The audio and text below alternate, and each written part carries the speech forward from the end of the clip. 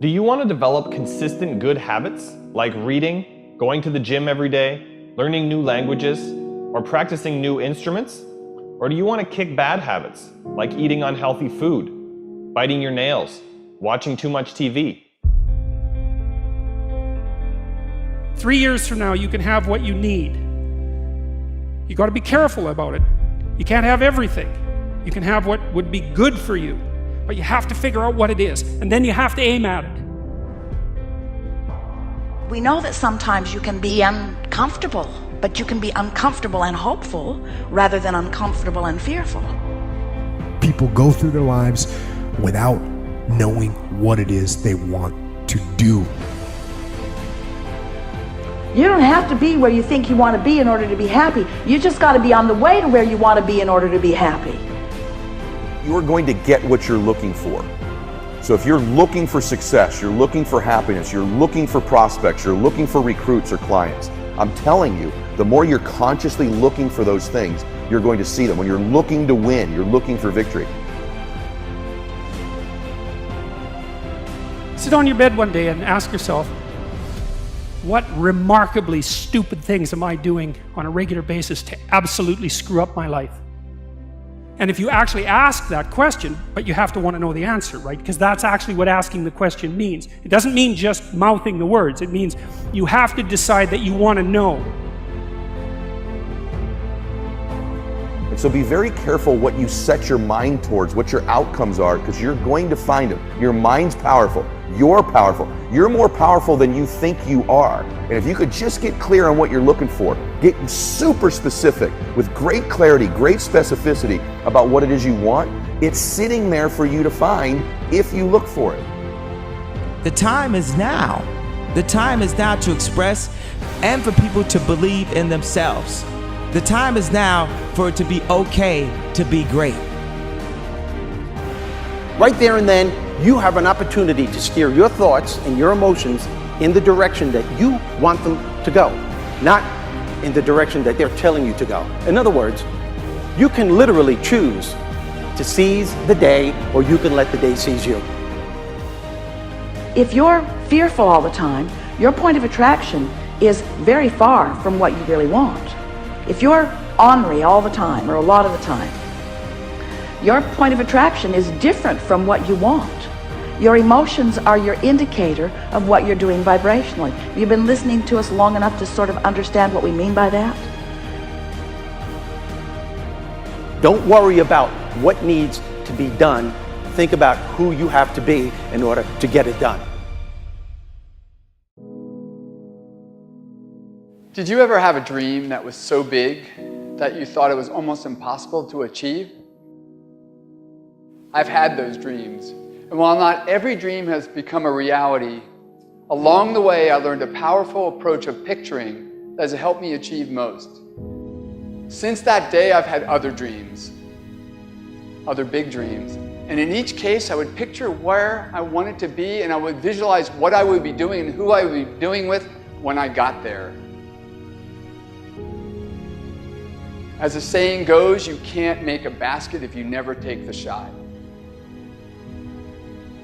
I knew I would miss the shot sometimes, and the failure would dampen my spirit, but I would be better off for my efforts and I would be okay. People are addicted to all kinds of things, substances, but one of the greatest addictions, or rather the greatest addiction,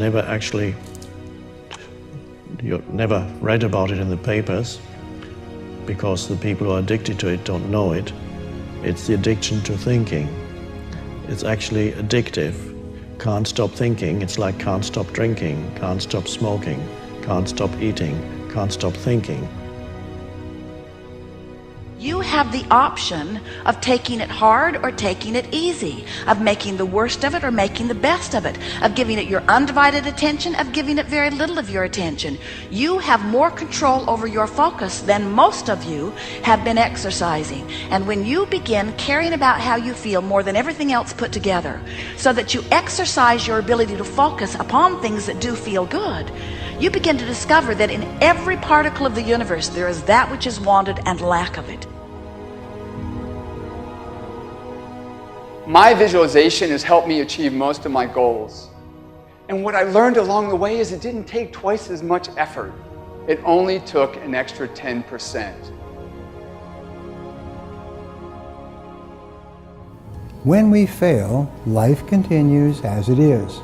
We can stay in our comfort zone. Success, on the other hand, challenges us. It pushes us and it exposes us to rejection. How are we going to manage this new success? If you're not happy, you're not successful. If you're not enjoying yourself during the process of whatever it is you're trying to achieve, there's a problem. To me, the biggest disease on this planet is unhappiness. And the reason why people are unhappy is because we have a tendency to keep focusing, as I said, on what we don't have and what's not working in our lives, instead of allowing ourselves to shift our focus and our way of thinking. People always want to be like, follow your dreams, follow your dreams, follow your dreams. My dream was always to be a rap artist, right? But I had to get a job. So I had to focus on my job. And then I made money to follow my dream. One of the main reasons that people don't get what they want is because they don't actually figure out what it is. And the probability that you're going to get what would be good for you, let's say, which would even be better than what you want, right? Because, you know, you might be wrong about what you want easily. But maybe you could get what would really be good for you. You have the freedom to think anything you want. You were born extremely confident. You came into this world knowing how wonderful you are.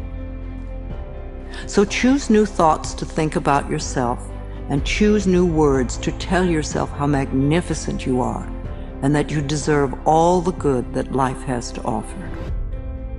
First thing in the morning and last thing in the evening, I want you to look into your eyes and say, I love you. I really love you. Your first goal, this is what I'm suggesting, your first goal when you open up your eyes should be to focus on the things that ignite your spirit and bring you joy. I want you to focus on the things that you appreciate in your life, the things that you're grateful for. I don't care who it is or what it is. Maybe it's the person lying next to you. Maybe you're thinking of your children. Maybe you're thinking of the dog or the cat lying by the side of the bed, a particular goal that you achieved. Maybe there's an event coming up on the weekend. Maybe you're meeting with your friends for lunch. You see, folks, it doesn't matter who it is or what it is. There's always something to be grateful for, to appreciate. And what I'm asking you to do in those few moments before you crank and get into your day is to focus on these things. Then why am I asking you to do this? Because an attitude of gratitude simply makes you feel good. And feeling good is the fuel that drives motivation. We've all made wrong choices, done things that we knew were not the best. It's one thing when other people do us wrong. We had a bad break. It wasn't our fault. We can have faith that God will restore. He'll pay us back. But when we bring the trouble on ourselves, when we blow it, it's easy to live in regrets, thinking that God's not going to help us. We made the mess. But here's the beauty. God knew you would mess up before He called you. He knew we would get off course, at times give in to temptation. He didn't base His plan for your life on you making perfect decisions.